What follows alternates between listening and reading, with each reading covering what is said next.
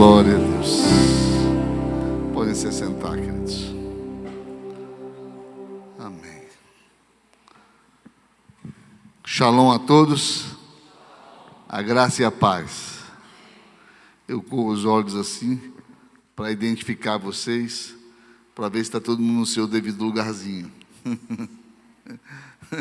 Sentindo falta de alguns. Esses certamente receberão uma ligação minha amanhã para saber, está tudo bem.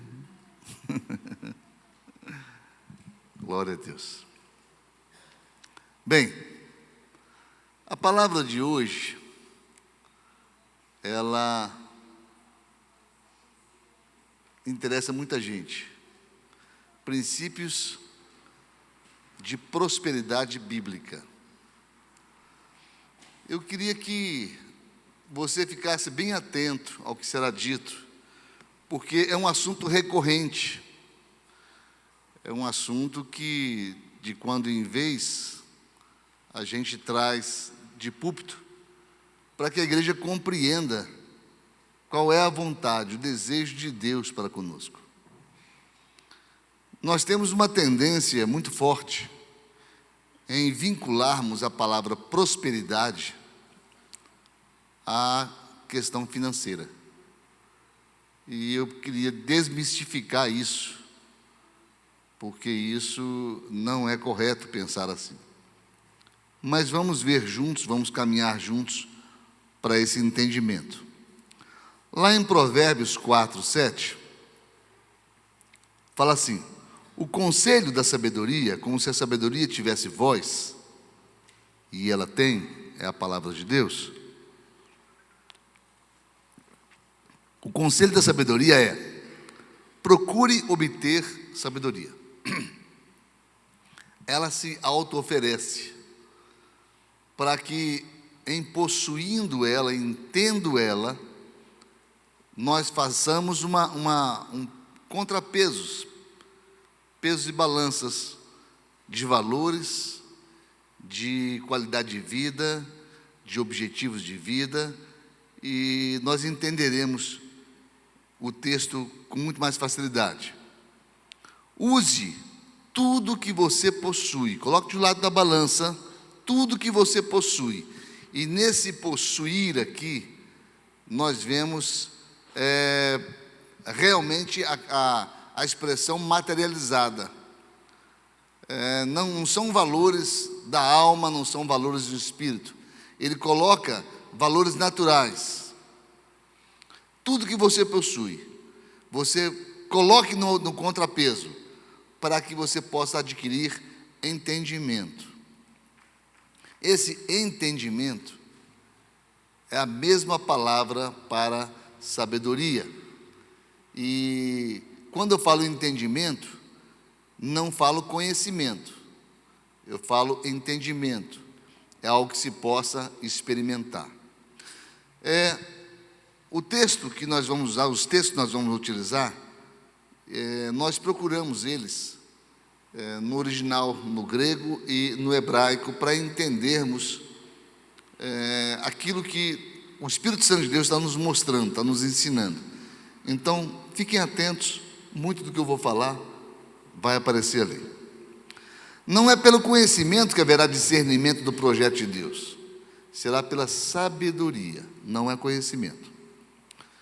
Primeiro, nós devemos entender que a palavra prosperidade, ela tem tripla prosódia, ela tem 3 palavras no hebraico que traduzem ela. 3 palavras.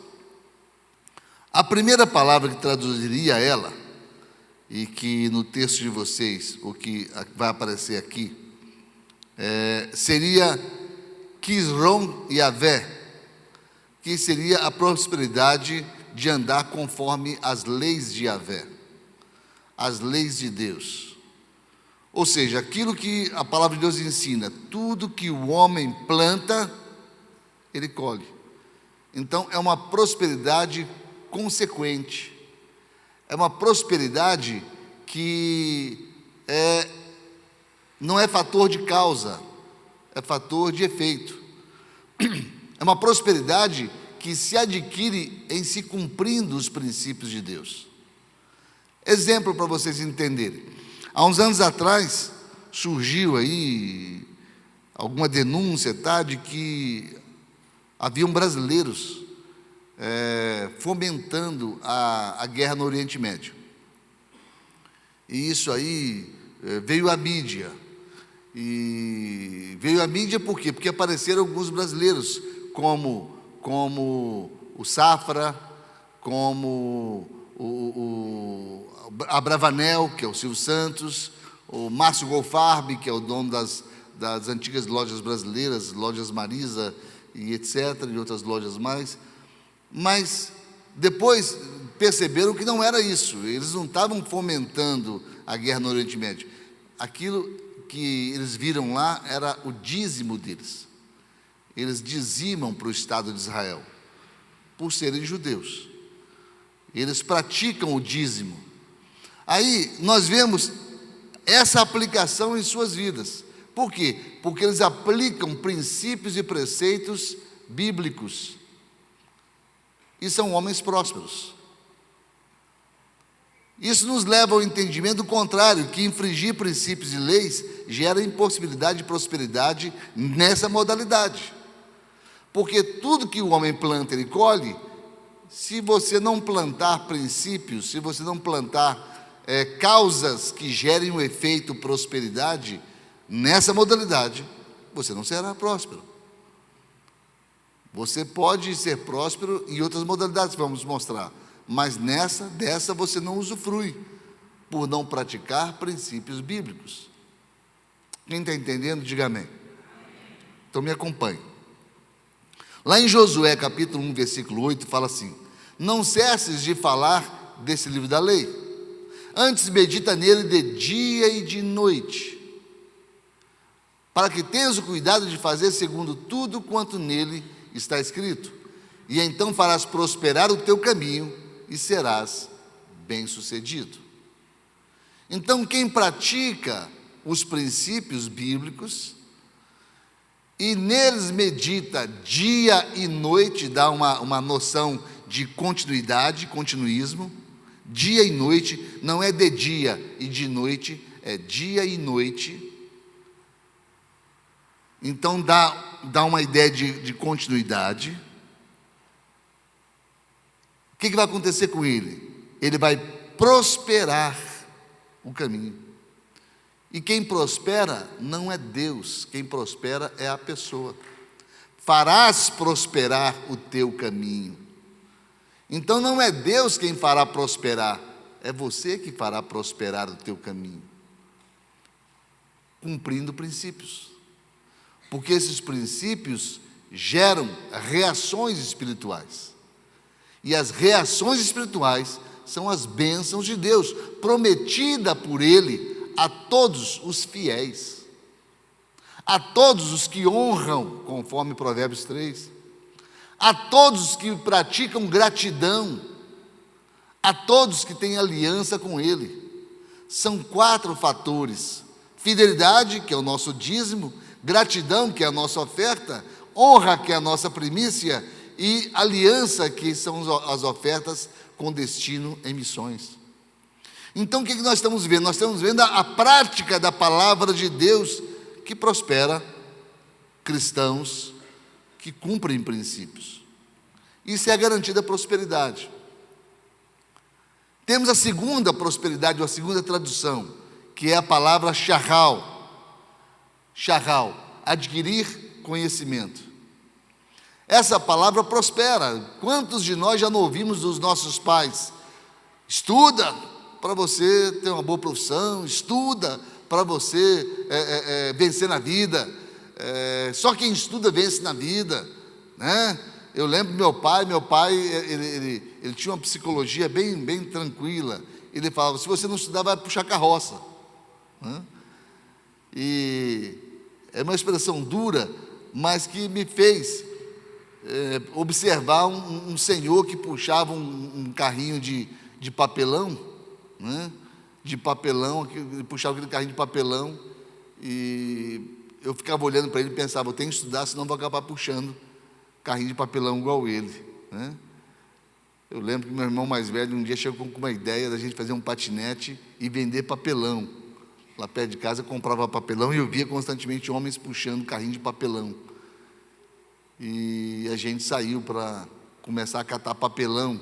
E eu ficava pensando, não quero isso para a minha vida não, né? Não quero isso não, catar papelão. Mas a gente era adolescente diferente, a gente queria ganhar o teu dinheirinho no bolso. O Shahal, adquirir conhecimento, ele é fundamentado lá em Eclesiastes 2:26, que fala: ao homem que é bom, Deus dá Shokmah, Shahal e Shara. Deus dá sabedoria, conhecimento e alegria.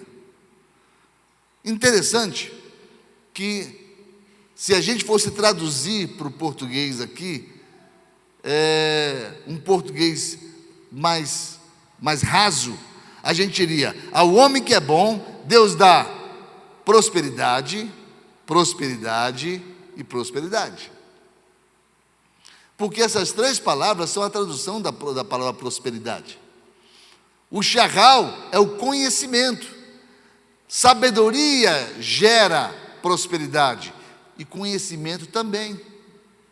E o conhecimento aqui é conhecimento técnico, é conhecimento de capacitação.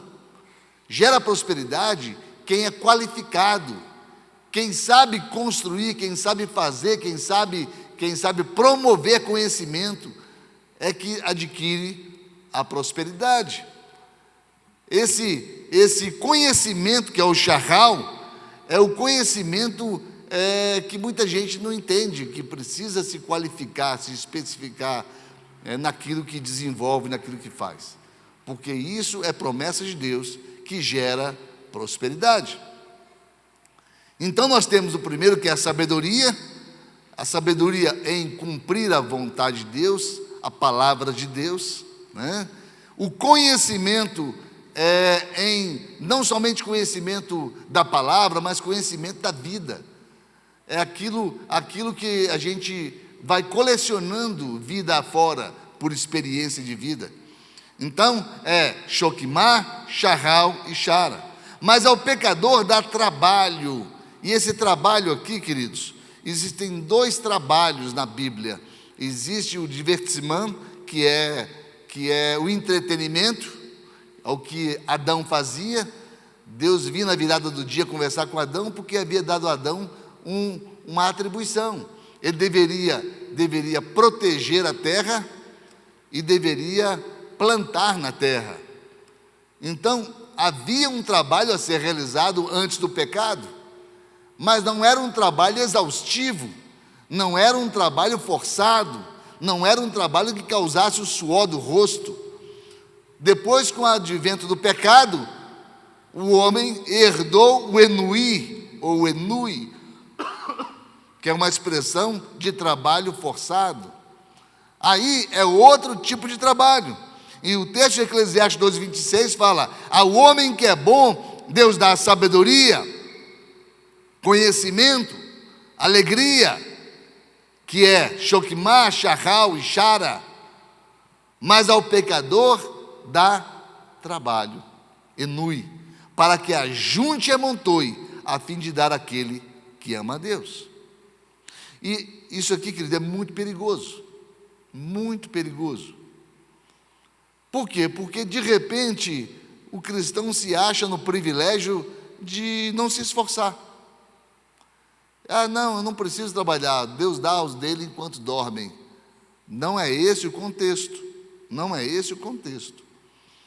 Aqui, Deus não está falando que você vai deixar de trabalhar. Você simplesmente vai adquirir com a tua entrega a Deus. Você vai adquirir a sabedoria de Deus. Você vai se conscientizar da necessidade de ter o entendimento, o conhecimento, desculpem-me, que é o Shahal, e a felicidade, que é o Shara. Então você vai trabalhar com todo o teu potencial espiritual, potencial da alma e potencial natural, que é o teu conhecimento. Quem está entendendo até aqui, diga amém. Me acompanhe, porque eu vou entrar na palavra lá na frente ainda. Estou dando para vocês um pano de fundo, para vocês entenderem, tá? Para que ajunte e amontoe, a fim de dar àquele que ama a Deus. Eu já vi alguns princípios, eu fiquei horrorizado com uma determinada igreja, que eu tive conhecimento de que eles estavam fazendo uma campanha.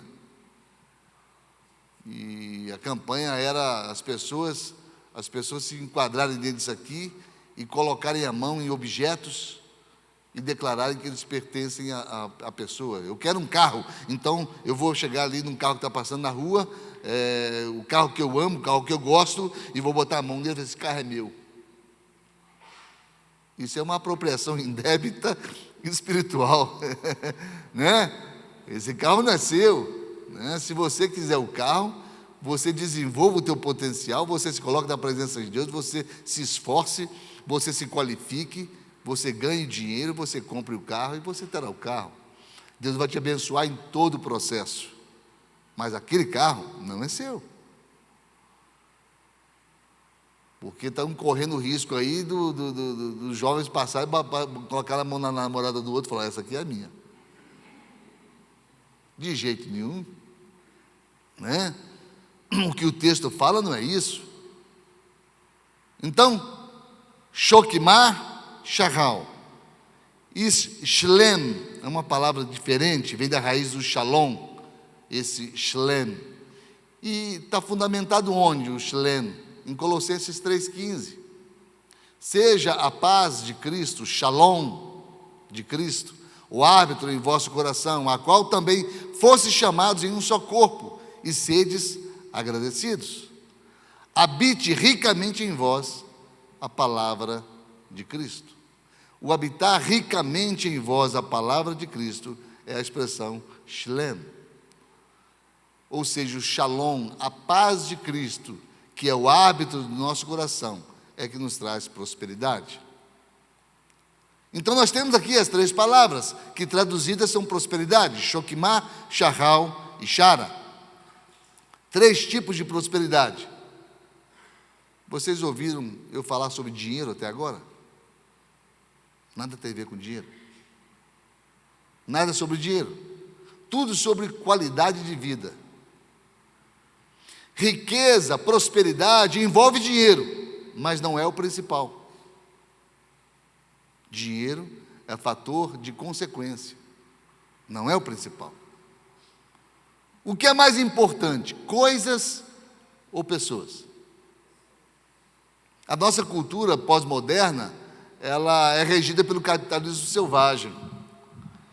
E dentro desse capitalismo selvagem, ele nos torna e nos forma despretensiosos, desavisados, que coisificam pessoas. Ou seja, a palavra de Deus nos ensina a amar as pessoas e usar as coisas. O capitalismo selvagem nos ensina a amar as coisas e usar as pessoas. A palavra me ensina a forma certa. Agora, isso é tão mecânico, que esses dias, no domingo passado, eu pedi ao pastor Guilherme que conhecesse uma pessoa que estava ali, e falei: faça 3 perguntas, e ele fez as 3 perguntas: qual o seu nome, onde você mora e o que você faz. Esse o que você faz, não tem jeito de você conhecer uma pessoa sem saber o que ela faz, porque o fator produtivo é uma identidade nossa social. Quem quer te conhecer, quer saber o que você produz, no que você é importante para a sociedade. Por quê? Porque é só curiosidade? Não, é um gatilho que você utiliza sem perceber, para saber em que você pode se aproximar, de quem você pode se aproximar e como você pode se aproximar. Porque se a pessoa disser que é um odontólogo, você vai procurar dentro do seu conhecimento nessa área, da sua atividade, alguma coisa que aproxime você dele profissionalmente. Se um advogado descobre que o outro é advogado, ele já começa a conversar a respeito de experiências advocatícias. Por quê? Nós somos assim. Nós somos assim. Quando você está num lugar e você usa uma expressão cristã, um chavão cristão, alguém pergunta: você é crente? Você é de que igreja? Você congrega onde? O que a pessoa está procurando? Está procurando um ponto de aproximação. É normal. Mas há nessa pergunta um quê de interesse de relações profissionais, um network, né? E a Bíblia nos traz o entendimento de relacionamentos. São importantes nós construirmos relacionamentos em torno do projeto de Deus e não do nosso próprio projeto. Então, a pessoa próspera é aquela que não procura o seu próprio projeto primeiramente, mas procura o projeto de Deus. E o projeto de Deus, certamente, primeiro, não é dinheiro. Dinheiro sem pessoas, ele perde sentido. Então, num pacotão de tudo que eu falei, eu tiraria a seguinte mensagem: o que nos enferma ou nos torna enfermos por dentro não é o que não temos e poderíamos ter se tivéssemos dinheiro, mas o que não temos em relação ao que os outros têm por terem dinheiro. Ou seja, é o mal que nos faz por dentro quando nós não nos vemos no mesmo nível que outras pessoas com as quais nós nos relacionamos. Porque tem gente que fica mais feliz com o fracasso alheio do que com o sucesso próprio. O dinheiro não é em si mesmo a maior virtude da prosperidade ou o maior defeito. Não, ele apenas potencializa recursos. Então o dinheiro, ele vai servir apenas para potencializar aquilo que você está construindo dentro de você. A prosperidade não é o dinheiro. A prosperidade ou a miséria é justamente aquilo que você multiplica, potencializa com o dinheiro que você adquire. Porque tem gente que quanto mais dinheiro, pior fica. E tem gente que quanto mais dinheiro, melhor fica. Se você fosse milionário, o que você faria? Qual a primeira coisa que você faria se você fosse um milionário? Não precisa responder não, senão você se expõe. O que você faria se você soubesse agora que você ficou milionário, ganhou herança, aquele tio, aquela tia que você não vê tem muitos anos, deixou para você toda a riqueza dela, toda a riqueza deles. O que você faria?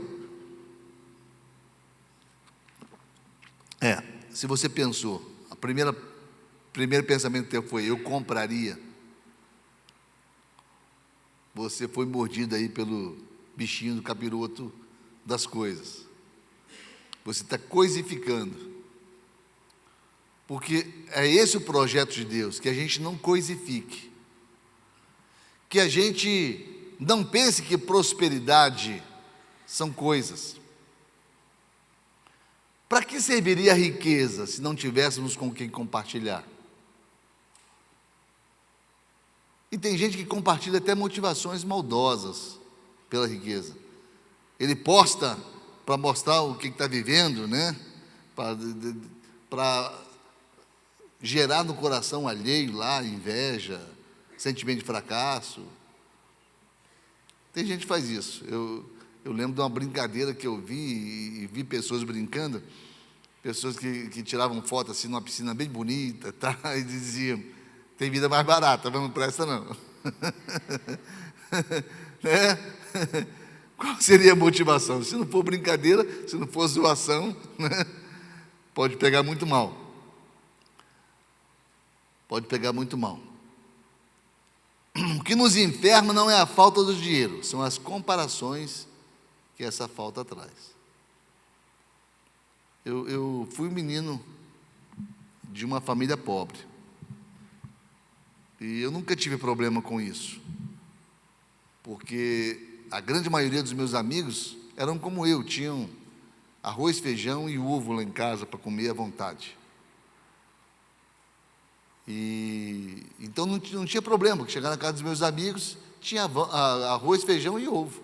Chegava na minha casa, tinha arroz, feijão e ovo, não tinha problema, a gente era igual, né? A gente ia a pé para a escola. E meu pai teve um tempo que trabalhou numa delegacia perto da escola que eu ia, e meu pai sabia que eu ia voltar a pé, e ele era policial civil, e ele ficava por conta da viatura. Então ele levava os colegas dele todo em casa, ia para casa com a viatura, almoçava, depois saía recolhendo os colegas todos que ele havia deixado nas suas casas e voltava para a delegacia. Não tinha talvez carro suficiente, não sei o que era, mas eu lembro que ele tinha 4, 5 amigos que estavam sempre com ele na hora do almoço. E ele, querendo ser um pai bom comigo, né, porque eu voltava a pé, ele passava com a viatura lá no colégio para me buscar. Eu não tinha problema com relação à viatura da polícia, eu tinha problema, era o lugar onde eu ia. Porque na falta de lugar para sentar, ele abria o camburão da viatura e eu entrava ali no camburão da viatura. E os meus coleguinhas viam isso, e a zoação era grande. Mas isso não me diminuía, envergonhava um pouquinho, tá? Mas não diminuía. Eu fazia, era chacota com isso, eu botava a mão para o lado de fora, botava a mão assim, como tivesse algemado, eu ria. E levava na esportiva, brincava, porque se eu apelasse, ainda apanhava do meu pai ainda. Porque ele estava tendo a boa vontade de passar por lá para me levar para casa. O meu problema com relação a dinheiro nasceu mais ou menos aí, com meus 10, 11 anos de idade, quando um coleguinha meu, da classe A, não sei por que os pais dele matricularam ele numa escola pública, onde eu era aluno. Lá em Taguatinga, não sei se você conhece Taguatinga, lá tem a QSA, a QSB, a QSC, ainda tem a QSD, Quadra Sul A, e ele morava lá no topo, né, em cima da cadeia alimentícia, né. Eu morava na QSC, dava glória a Deus que eu não morava na QSD, mas morava ali na QSC, e pasmem vocês, o pai desse aluno buscava ele de Comodoro, Opala Comodoro. Gente, que é isso?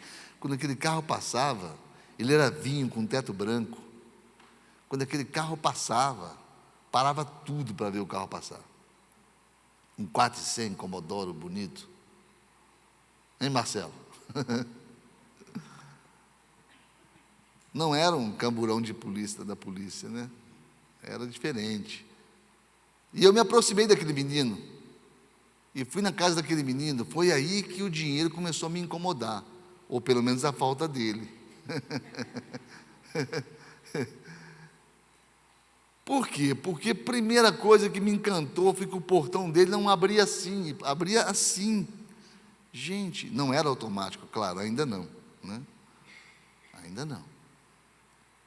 Não era automático. E o pai dele tinha um escritório dentro de casa. A gente estudava no escritório do pai dele. Eu lembro um dia que a gente estava estudando no escritório e o negócio fez um barulho lá dentro, e eu assustei com aquilo, olhei para um lado, olhei para o outro, e fez barulho de novo, eu assustei com aquilo, olhei para um lado, o que está, alguma coisa fora do lugar, tá? Não, era um tal de telefone que o pai dele tinha. Telefone, gente. Eles tinham um telefone em casa. Tinha telefone em casa. E ele pegou o telefone e conversou com o pai dele, naquele negocinho, naquele aparelhozinho. Quer dizer, para vocês é quase fora da realidade. São poucos aqui que estão entendendo o que eu estou falando, né? Eu lembro que um dia a mãe dele chamou a gente para a cozinha, e eu cheguei na cozinha, que cozinha maravilhosa, ela estava assando pão de queijo num forno que não era o forno do fogão, era um forno à parte. Era um negócio fantástico aquilo. Quando eu vi impressionado a empregada coando café para mim e para o meu colega, o Dininho, era o nome dele. Estava coando café para 2 meninos, coando café. E o que era maravilhoso? O pó de café novinho. Novinho pó de café. Não era o pó de café misturado que a minha mãe fazia, que ela guardava o pó e misturava o pó antigo no pó novo, para poder fazer o café. Não era um pó de café novinho. Deu vontade de pedir o pó de café antigo para levar para casa. Porque ela tinha coado talvez só uma vez dentro daquele pó de café antigo. E não era misturado, não, era um pó de café novo, para 2 meninos. Usar um pó de café novo para 2 meninos. Aí eu comecei a entender que faltava alguma coisa para mim. Eu comecei a perceber que tinha alguma coisa diferente do que ele vivia e do que eu vivia. Uma vez eu lembro que eu cheguei para estudar, ele não saía do meu grupo, né? Porque na casa dele tinha café novo, na casa dele tinha biscoito. Um dia eu cheguei na casa dele para estudar e vi no lixo, na porta da casa dele, um tênis, jogando fora um tênis. E eu olhei o tênis, era mais novo do que eu estava com o meu no pé. E eu pensei, o que eu faço? Se eu entrar com esse tênis aqui dentro, eu vou me expor, né? Vai olhar, vai ver que é o tênis dele. Embora eu não possa, que eu tenho que estudar. Aí eu escondi o tênis no meio do mato, assim no matinho que tinha. Escondi o tênis para quando saísse dali, levar o tênis para mim. Nossa, um tênis, tinha um negócio de couro no tênis, lindo demais. Não consegui nem estudar direito, porque eu fiquei pensando, tomara que eu consiga sair daqui antes que o lixeiro passe, porque se o lixeiro olhar o tênis lá de fora, lá vai levar. E o pai dele me inventou de me levar em casa. E eu não sabia o que era melhor, era andar no Comodoro ou ganhar um tênis daquele. Naquela noite, quer dizer, eu não dormi, pensando no tênis que eu tinha deixado no matinho. No dia de manhã, saí meia hora mais cedo para ir para a escola. Corri, passei pela casa dele. Passei no matinho. Quando puxei, o tênis tinha subido. Oh! Mas são histórias que vão mostrando o seguinte: onde nasce a questão financeira dentro da prosperidade? É na falta. Não é no excesso. É na falta. Por isso ela nasce errada. Por isso a nossa concepção de prosperidade, ela é socialmente errada. Porque ela nasce na falta. E quando a gente sente falta disso, a gente tenta achar explicações. E as explicações, os comparativos, são bíblicos.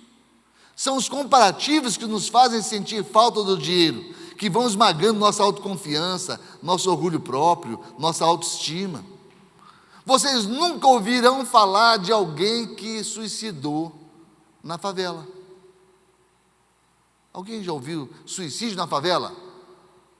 O cara botou uma corda assim numa madeira no barracão dele e suicidou? Não, você só vê suicídio acontecendo em condomínio elitizado, em lugares elitizados. Por quê? Na favela é todo mundo favelado. Lá não tem problema anti-prosperidade. Eles são prósperos. Eles são prósperos. O vizinho está lavando o fusquinha dele lá, o outro chega e fala, rapaz, ainda ajuda ele a lavar o fusca. Ele não se sente menor. Por quê? Porque eles vivem socialmente iguais. Enquanto eu tinha somente coleguinhas que pertenciam à minha classe social, eu não tive problema com o tal do dinheiro, ou a falta dele. Mas quando eu comecei a comparar, quando eu comecei a ganhar uma vida adulta, eu fui percebendo que esse tal do dinheiro podia dar uma vida melhor. E isso é o que se percebe nas castas sociais mais elevadas. Nós entendemos que a riqueza não garante a felicidade, mas certamente a pobreza também não garante, não.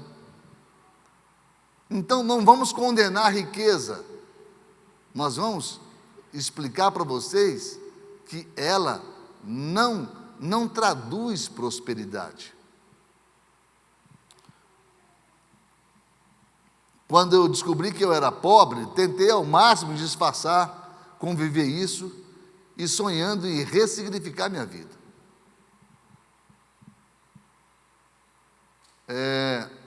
Isso me fez, por exemplo, a ganhar uma admiração especial por carro, por exemplo.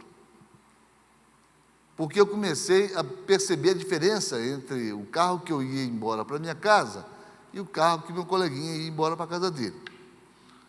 Aí comecei a observar e comecei a fazer equações na minha cabeça. Só que, num período bem próximo a esse, eu me converti. Eu me converti aos 14 anos. 14 anos de idade. Aí, alguns valores ganharam espaço natural no meu coração. Algumas coisas foram naturais no meu coração. O irmão Daniel veio aí hoje? Estou te conhecendo aqui de longe, Daniel. Fique de pé, por favor, Daniel. Aí. Olhem bem aquele moço ali, está vendo? Ele é o culpado. Ele é o culpado de 50 anos atrás. Exatamente, amados. 50 anos atrás. 50 anos. Você imagina um negócio desse. Lá em Brasília, 50 anos atrás, e eu tenho o privilégio de hoje estar olhando nos olhos do homem que Deus usou.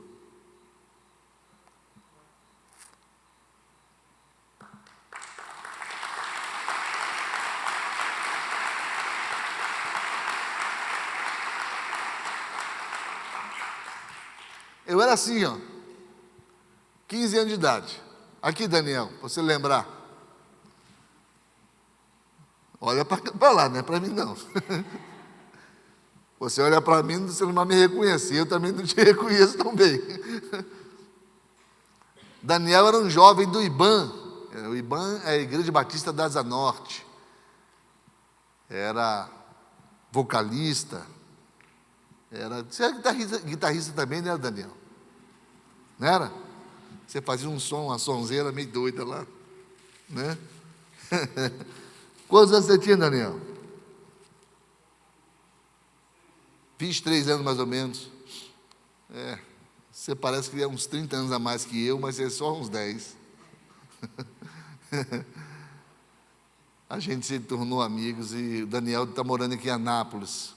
Mas o Daniel foi um instrumento de Deus. Deus usou a boca desse homem para me mostrar valores da vida espiritual.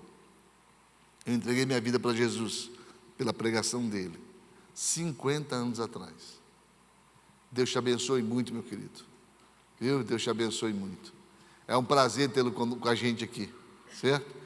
Olhe em volta aqui, todo mundo aqui é devedor seu, todo mundo está devendo para você, certo? Devendo janta, devendo café, devendo abraço, devendo carinho, porque eu me derramo nesse púlpito aqui tem 25 anos, e eu só faço isso, porque um dia Deus usou a tua vida na minha vida. Isso é prosperidade, queridos. Se é para Jesus, faça com força. Nós não merecemos o aplauso de vocês, nem eu, nem Daniel. O Jesus que transformou nossa vida, que nos uniu, Ele merece. Então, de repente, próximo a esse tempo que eu vi essa diferença, eu fui entendendo que prosperidade era diferente. Lá em Provérbios 13, 7 fala: há alguns que se fazem de ricos e não têm coisa nenhuma, e outros que se fazem de pobre e têm muitas riquezas. Interessante que realmente tem gente que se ele não ficar rico, ele será infeliz.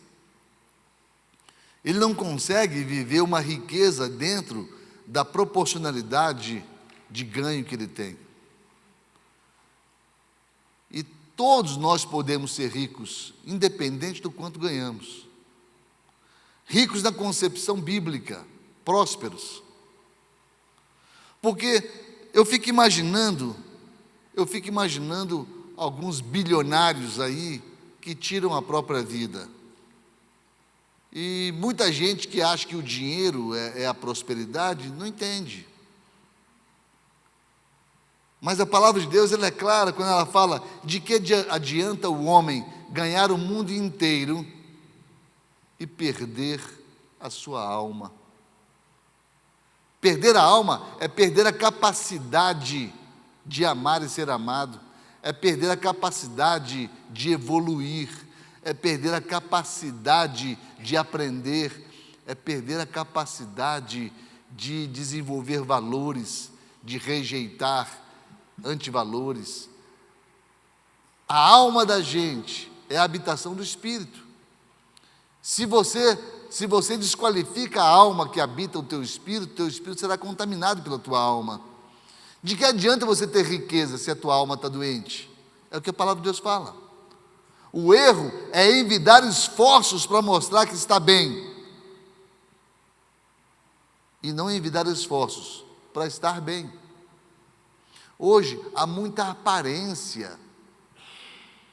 Você pode ver, a pessoa vem triste, tá, de repente ela saca do celular, dá um sorriso. Quem recebeu aquela foto vai falar: poxa, fulano está tão feliz lá na Europa, né? Tem gente que passa ali em frente à van, pega a Estátua da Liberdade, o fulano está tão feliz lá em Nova York, né? Nada, ele está na van ali. Então vende-se uma felicidade que não tem. As pessoas se esforçam para vender a felicidade que não tem, mas não se esforçam para serem felizes. Não entendem que o projeto de Deus nada tem a ver com aparência. Deus age no profundo da alma. Gente está cheia de dívida e nunca se resolve. Nunca se resolve. Ele deve só duas pessoas, Deus e o mundo, e nunca se resolve. Por quê? Porque ele quer aparentar estar melhor do que realmente ele está, quando ele poderia simplesmente estar bem. Estar bem. Gente que tenta governar a família quando não consegue governar nem a si mesmo. Deus só dá governo a quem se governa. Uma pessoa emocionalmente resolvida, todo mundo brinca, fica rindo quando meu genro, ele gosta de pegar o que eu falo, mas algo que Deus colocou no meu coração: uma pessoa emocionalmente resolvida tem mais chance de sucesso que uma intelectualmente preparada. E desde quando Deus me deu essa frase, que ela entrou no meu coração, e eu sinto que ela é uma grande verdade. Porque antes de vir o conhecimento, vem a sabedoria. E a sabedoria você sente na alma. Se o conhecimento é no intelecto, a sabedoria é a tua alma. É você gerir bem sua vida. É você gerir bem os altos e baixos. Porque todos nós os temos. Todos nós.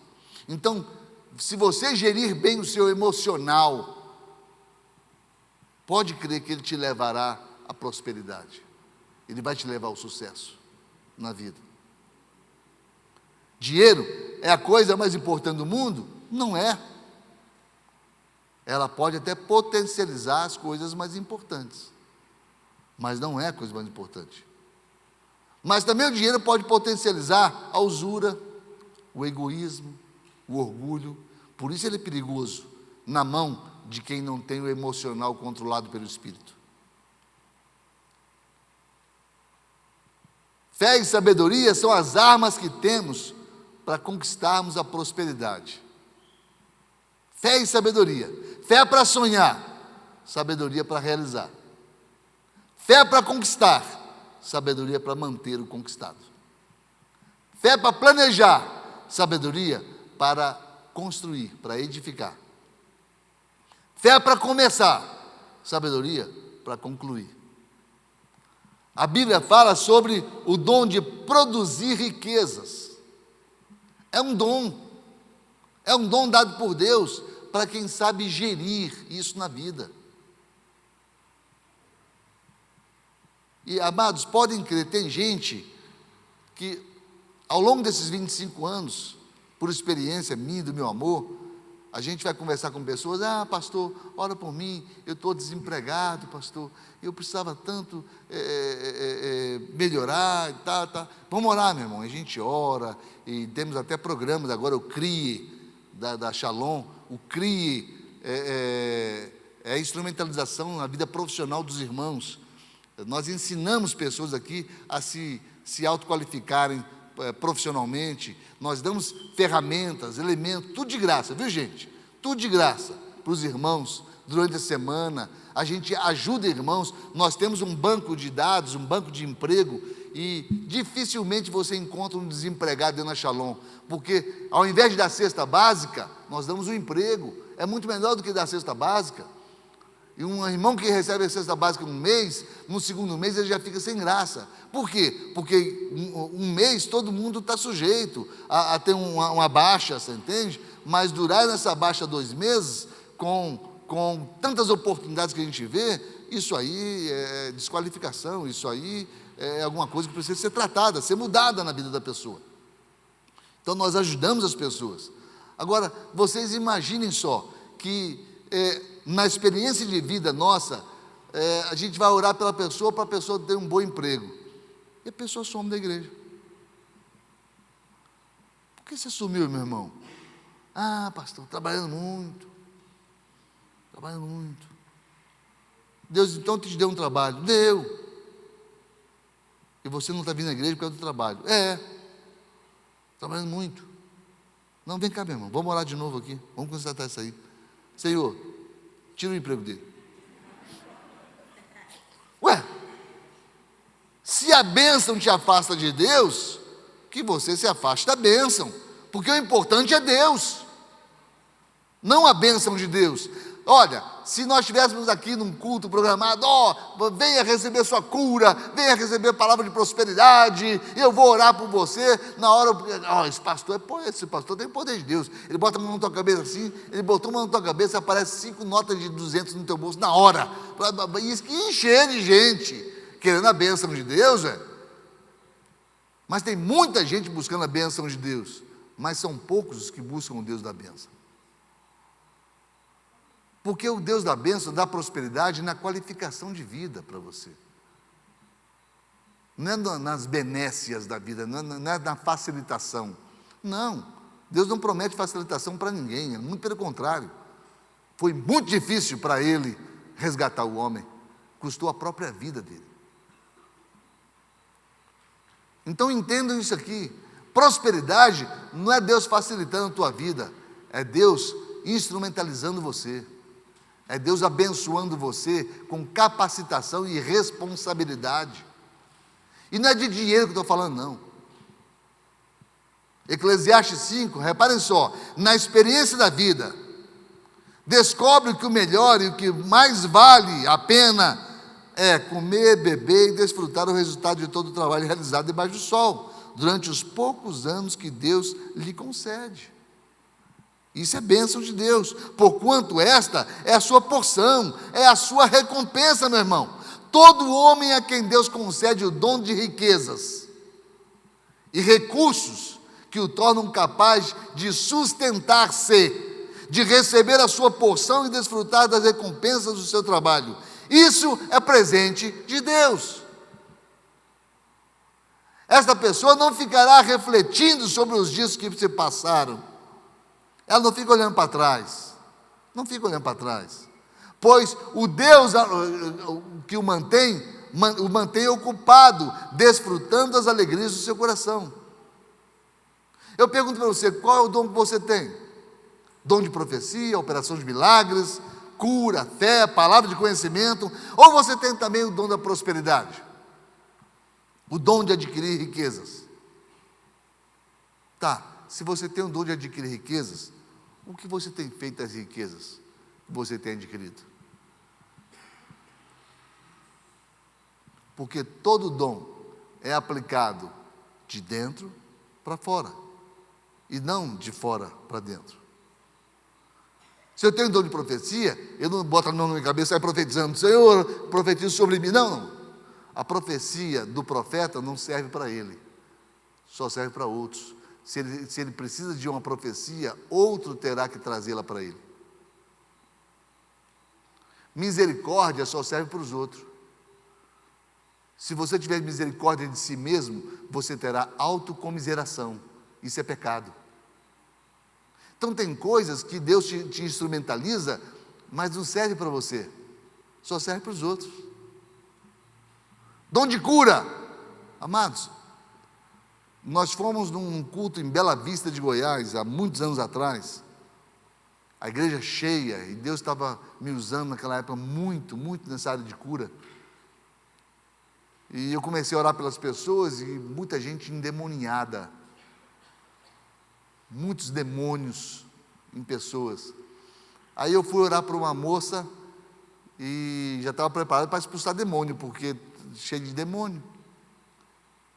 E ela conduzida pela mãe dela, eu ungi a mão, perguntei qual o problema dela, para a gente orar em prol da cura do problema dela.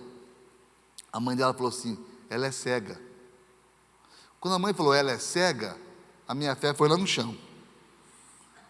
Podia ser tanto um resfriado, podia ser tanto negócio, mas, né? Mas ela é cega. Na hora eu falei, Deus, o que eu faço agora, hein? Como é que é esse negócio? Eu vou orar para ela ser curada? Na hora, eu ouvi uma risadinha assim, meio de canto, no meu ouvido, rindo. Quero ver agora. Você é cego de um olho? Eu sou cego de um olho. Eu tenho visão monocular. Glaucoma tomou essa vista aqui. Como é que eu, na minha cabeça, sou cego de um olho, como é que é esse negócio? Eu orar para uma pessoa, para a pessoa enxergar, se eu sou cego de um olho? Então, médico, cura-te a ti mesmo. É a expressão que falaram para Jesus. Como eu posso salvar alguém? Como eu posso abençoar alguém se eu tenho o mesmo problema que ela? Mas eu joguei tudo isso fora na hora.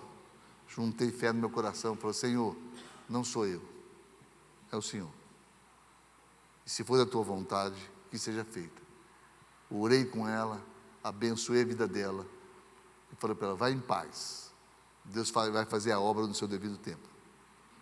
Ela foi para o meio da igreja e o culto continuou.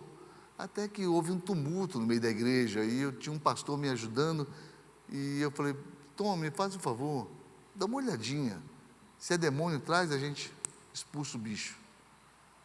E ele foi para o meio da igreja, daqui a pouco volta ele, falou, não, rapaz, não é demônio não, que benção, o que foi? Uma moça que era cega, ele está enxergando, ela está no maior escândalo no meio da igreja. Amados, eu sou cego de um olho, e aí? E aí, como é que faz? Então, o que você tem não funciona para você. O que você tem funciona na vida dos outros.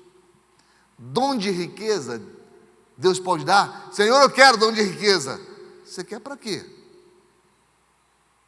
Para quê? Para abençoar pessoas? Para desenvolver projetos de Deus na vida das pessoas? Ah, eu não posso usufruir não, pastor. Pode, você vai usufruir. Deus vai te dar sabedoria de administração do que você tem.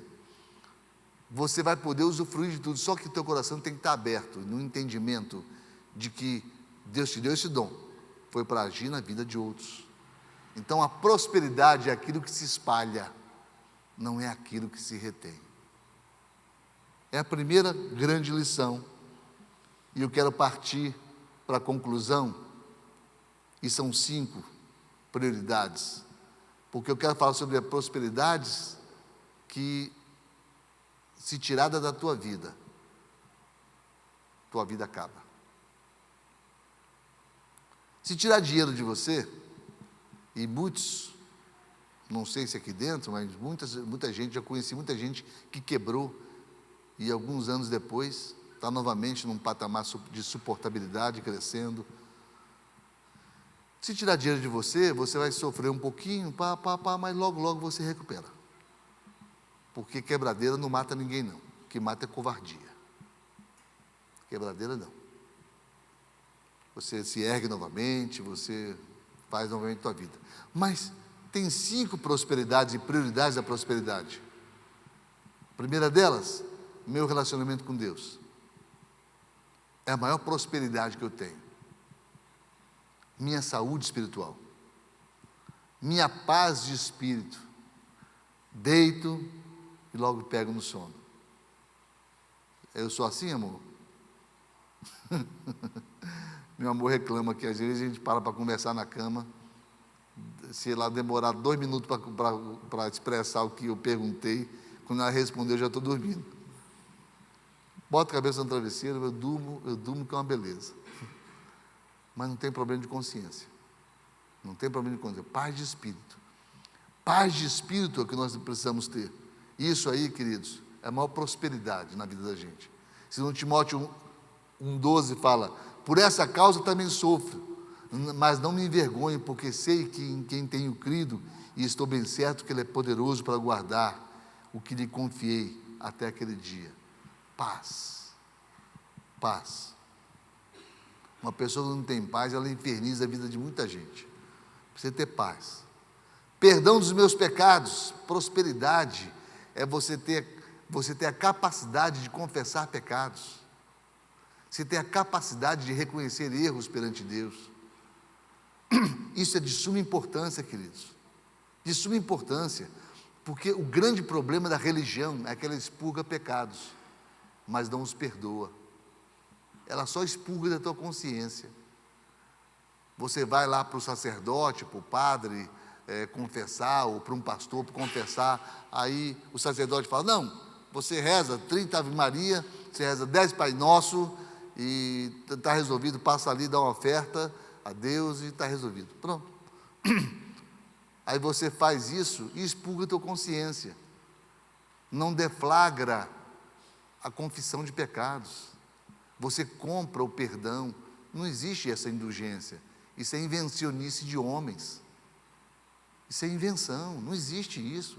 Você tem que se humilhar, se arrepender, confessar seus pecados. A palavra de Deus fala que aquele que confessa seus pecados e os deixa, alcança a misericórdia. PT saudações. Então, se isso aqui te é tirado, isso aqui é a prosperidade da tua vida. Se isso for tirado de você, você está no salvo. Esperança de dias melhores, isso é vida próspera. É vida acesa. Vida acesa é quando você tem esperanças futuras. Você fica planejando coisas futuras, né? Eu já planejei aqui, a igreja fez 25 anos, nos próximos 25 anos da igreja nós vamos fazer uma festa. O problema é que eu tenho 64. Mas 25 eu não sei, não fiz a conta, mas vai ser difícil. Fé. Se a fé lhe for tirada, meu querido, a prosperidade te é tirada. Salvação, amados, salvação se te for tirado, você está na perdição eterna. A segunda prosperidade que não pode ser tirada de você, saúde na alma e no corpo. Saúde emocional. Se você não tiver saúde emocional, você pode ter todo o dinheiro do mundo, você será um pobre miserável. Tem muito milionário dando tiro no ouvido aí, no iate novo dele. Tem muito milionário entrando no avião novo dele, dando tiro no ouvido. Não tem saúde emocional. Não tem alma que suporte isso. Mateus 16, 26 fala, pois que aproveita o homem ganhar o mundo inteiro e perder a sua alma. Então não perca a sua alma, não perca a saúde do corpo. É de suma importância, porque se você não tiver saúde para usufruir, não existe prosperidade desse mundo para você. Não existe. E saúde é aquilo que você só valoriza quando perde. Terceira prosperidade, família. Família. Olha, não existe nada que pague família. Se você está bem espiritualmente, se você está bem na tua alma, você tem uma família de equilíbrio, uma família perto de você, você é o homem mais rico da face da terra. Eu sou um homem rico. Eu sou um homem milionário, próspero, abençoado. Eu me sinto assim. Eu tenho salvação, tenho paz na minha alma e tenho a melhor família que Deus podia me dar. Uma esposa maravilhosa, ainda com a cereja do bolo, linda. Que ela podia ser maravilhosa, não podia não ser tão linda assim, né? Mas a cereja do bolo ainda, né? Tenho uma família maravilhosa, filhos, netos, até genro. O outro já gritou logo, genro. Você entende? Genro é uma pedra no sapato, de vez em quando. Brincadeira, eu sou pai desse rapaz aí, ó. É um filho que eu ganhei, né? É um filho que eu ganhei. Ele um dia, em casa lá, ele quase declarou, falou assim, se o senhor não fosse casado, eu casava com o senhor. Falei, não, casa com a filha, tá bom, já tá de bom tamanho. Prosperidade da família. Eu li um artigo uma vez do Correio Brasiliense, naquela época em que imposto de renda era feito na folha, aquela folha verde. Quem preencheu aquela folha verde? Levanta o braço aí. Assim, quem preencheu a folha verde? Ah, rapaz, não é possível, só nós três. Não é possível. Levanta o braço, Roberto. O que é isso, Paulo? O que é isso, Paulo? Estamos juntos, rapaz. O que é isso? Vai me deixar sozinho nessa? Aquela folha verde que colocava assim, dependentes financeiros. Né? E tinha lá outras linhas, bens patrimoniais. E quem escreveu o artigo falou assim, enquanto eu preenchia as linhas de bens patrimoniais e queria colecionar cada vez mais bens, eu me esqueci das linhas dos dependentes financeiros. Hoje, 30 anos depois, ele dizia, eu olho para as linhas dos dependentes financeiros e não tem ninguém para preencher. Meu filho morreu de overdose, enquanto eu me preocupava em preencher as outras linhas de bens patrimoniais.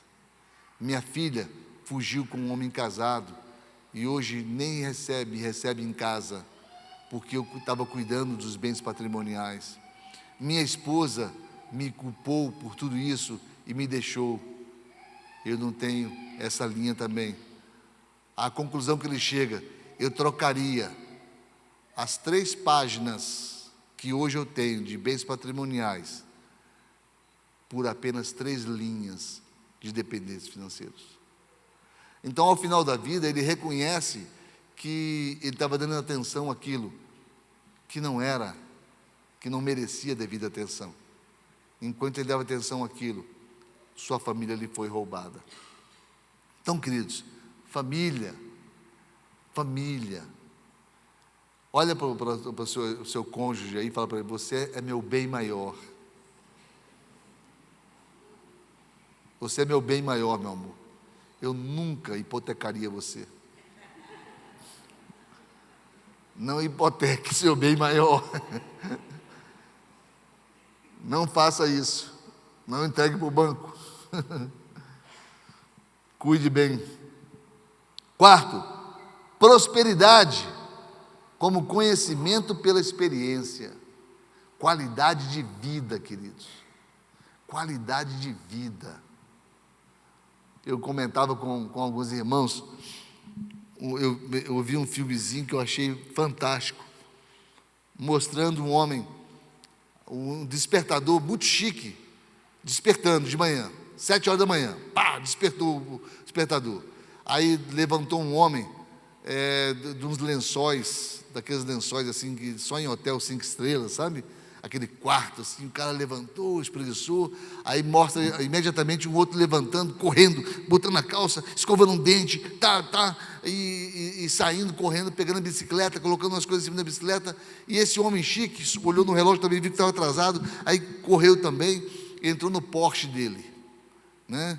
Aí mostra os dois saindo, devagarinho, o outro da bicicleta correndo, e o cara do Porsche devagarinho.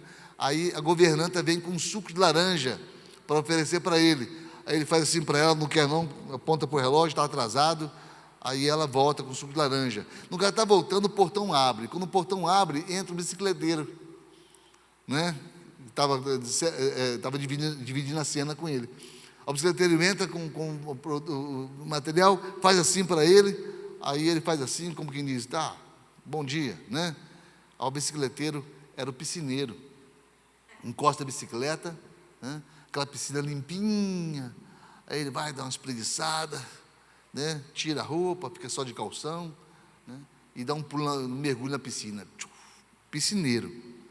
E o dono sai correndo para o trânsito, no Porsche dele, e olhando para o relógio, e apavorado, e nervoso, batendo no volante, porque ele está atrasado, e o piscineiro lá nadando na piscina, devagarinho. Daqui a pouco o piscineiro sai da piscina, aí vem aquele cachorro bonitão que tem, como é o nome? Golden, um Golden, para brincar com ele, vai, brinca com Golden, ali, tá, aí chega a governanta com um suco de laranja para ele, né? Aí ele pega o suco de laranja, bebe o suco de laranja, dá outra espreguiçada e deita no sol para tomar um solzinho, e o ricaço lá no trânsito, né? Amados, é totalmente sem noção um negócio desse. O piscineiro desfrutando de toda a riqueza do outro, enquanto o outro está preso no trânsito. Conhecimento pela experiência de vida. Entenda uma coisa, a vida é uma só. Ela é muito curta. Esses dias atrás, eu era um menino de 14 anos, ia para um baile de rock, entrei numa igreja, tinha um jovem de 23 anos, pregando o Evangelho, e falou coisas que na minha vida não eram realidade ainda, e eu optei por Jesus. Naquele dia eu fui chorando na frente, fiquei prostrado, chorando e entregando minha vida para Jesus. Era tanto pecado que eu demorei um tempão para confessar tudo. Eu acho que eu tivesse dividido em prestação seria mais fácil. Foi esses dias atrás. Esses dias entrando na panificadora aqui, eu olhei para meu amor e falei, amor, olha quem eu estou vendo aqui. Aí meu amor, ô Daniel.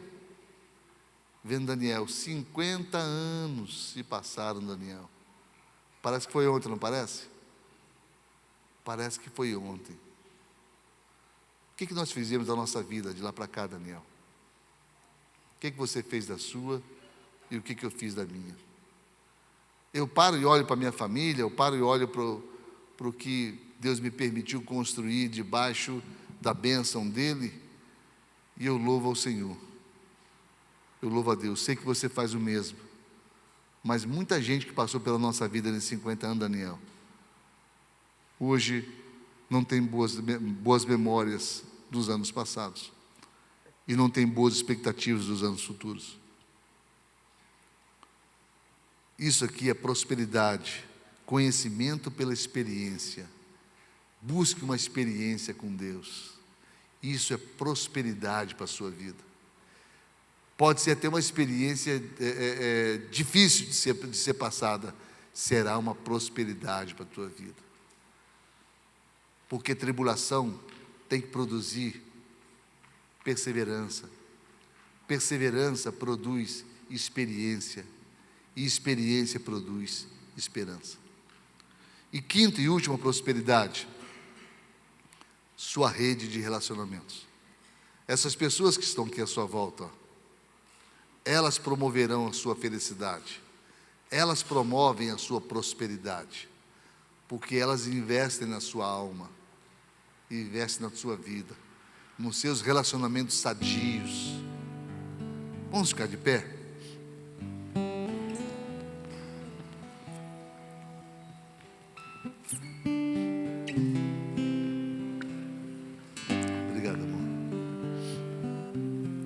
Jesus sempre soube equacionar os relacionamentos dele. Jesus tinha 500 discípulos que o viram subindo. 70 foram enviados. 12 foram discipulados. 3 foram preferidos. 1 foi mais amado que os outros. Pelo menos assim João diz. Os profissionais da área de social, antropólogos e homens que agem na área social dizem, isso aqui é artigo, cientistas do relacionamento dizem que você leva para o túmulo 18% de suas lembranças e 5% dos seus amigos. É uma construção de vida. 5% das pessoas que você faz amizade durante a sua vida, 5% delas permanecerão até a sua morte. 18% das suas lembranças te acompanharão até o túmulo. Apenas 18%. Isso quer dizer que 82% da sua vida ficou no esquecimento, ficou no passado. Eu digo a você que prosperidade é você conseguir levar nesse pacote de 5% quem realmente importa, quem realmente esteve com você, quem realmente te amou e você amou. É você fazer desses 18% de pessoas que ficam na amizade, na tua lembrança, lembranças que valham a pena ter. A isso nós chamamos prosperidade. Nada tem a ver com dinheiro. Dinheiro é uma consequência disso tudo. O dinheiro potencializa muito disso, mas também potencializa muito daquilo que te impede de ter isso. Eu queria te convidar a buscar a prosperidade nessa noite. Hoje é o último culto do primeiro semestre de 2023. Domingo que vem é um novo semestre. Eu quero te convidar a iniciar um novo semestre com um foco de prosperidade diferente na tua vida. O foco de prosperidade que olha, conforme Eclesiastes 2:26 fala, ao homem que é bom, Deus dá sabedoria, conhecimento e alegria. Deus dá Shokmah, Shahal e Shara. Deus dá sabedoria, conhecimento e felicidade. Se você quer para a sua vida sabedoria, conhecimento e felicidade, alegria, eu quero te convidar a vir aqui comigo e nós orarmos entregando a Deus os projetos para o próximo semestre, em nome de Jesus. Enquanto nós cantamos esse cântico, você tem liberdade de vir, em nome de Jesus. Eu preciso aprender um pouco aqui, eu preciso aprender um pouco ali, eu preciso aprender mais de Deus, porque Ele é quem cuida de mim. Se uma porta se fecha aqui, outras portas se abrem ali. Eu preciso aprender mais de Deus, porque Ele é quem cuida de mim. Deus cuida de mim. Deus cuida de mim, na sombra das suas asas. Deus cuida de mim. Eu amo a sua casa e não ando sozinho, não estou sozinho, pois eu sei, Deus cuida de mim.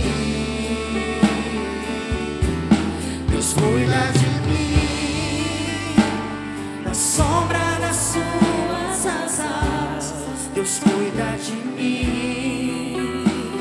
Eu amo a sua casa e não ando sozinho, não estou sozinho, pois sei, Deus cuida de mim.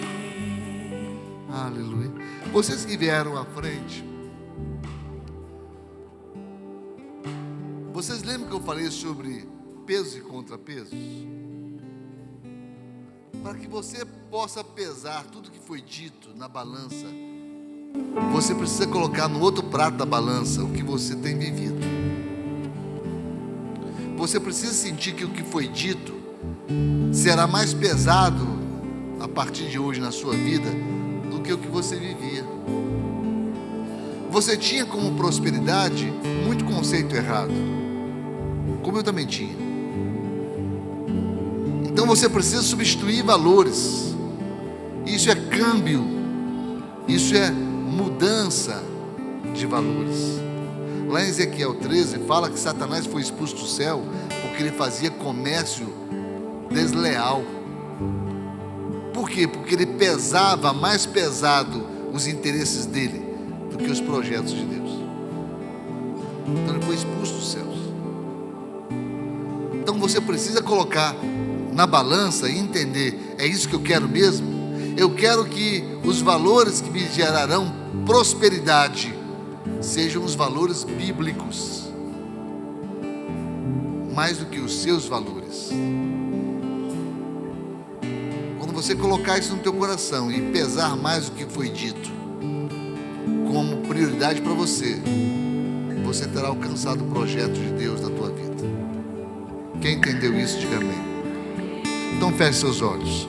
Pai, no nome de Jesus, cada irmão nessa noite, cada filho teu, cada homem, cada mulher aqui presente, Senhor Deus, traz em seu coração um projeto de vida. E nesse projeto de vida, Senhor Deus, estão interesses, sonhos, aspirações, ó Pai, estão projetos, ó Pai, maravilhosos, projetos, ó Pai, que serão difíceis, mas serão possíveis diante de Ti. Nós cremos nisso, Senhor Deus, e agora eles querem, Senhor Jesus, mudar o processo, não mudar o projeto, mas mudar o processo. Eles querem, ó Pai, que o processo até chegar nos Teus planos para as suas vidas, ó Pai, seja esse novo processo. É o processo, ó Pai, de se entregar nas Tuas mãos, de fazer disso sabedoria para as suas vidas, ó Pai, e como consequência, prosperidade. É o projeto do conhecimento, ó Pai, se esmerarem, Senhor Deus, no que fazem e colocar na Tua presença para que seja recebida a Tua bênção, ó Pai. É o projeto do conhecimento, Pai. E o projeto, ó Pai, da felicidade, ó Pai, é não gerar valores que contradigam os verdadeiros valores que tem para cada um de nós, que é o valor espiritual, que é o valor da família, que é o valor, ó Pai, da consciência plena em Ti, da paz do Espírito, que nada substitui esses valores, ó Pai. E aí sim, teremos alcançado a prosperidade em Ti. Por isso, Pai, em nome de Jesus, eu profetizo sobre cada vida nessa noite. Eu profetizo sobre cada alma, cada coração nessa noite, ó Pai, os verdadeiros valores da prosperidade. Aqueles valores, ó Pai, que não existe preço que possa comprá-los, ó Pai, mas existem valores que possam fazer que nós obtenhamos cada valor desse.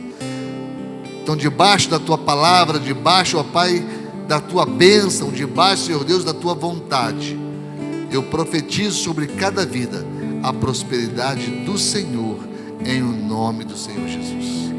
Deus te abençoe, meu querido. Leve dentro de você, leve no teu coração a certeza que a prosperidade está aí, ó, dentro de você. Amém? Quantos podem aplaudir o Senhor Jesus porque Ele fez a tua vida? Glória a Deus por isso.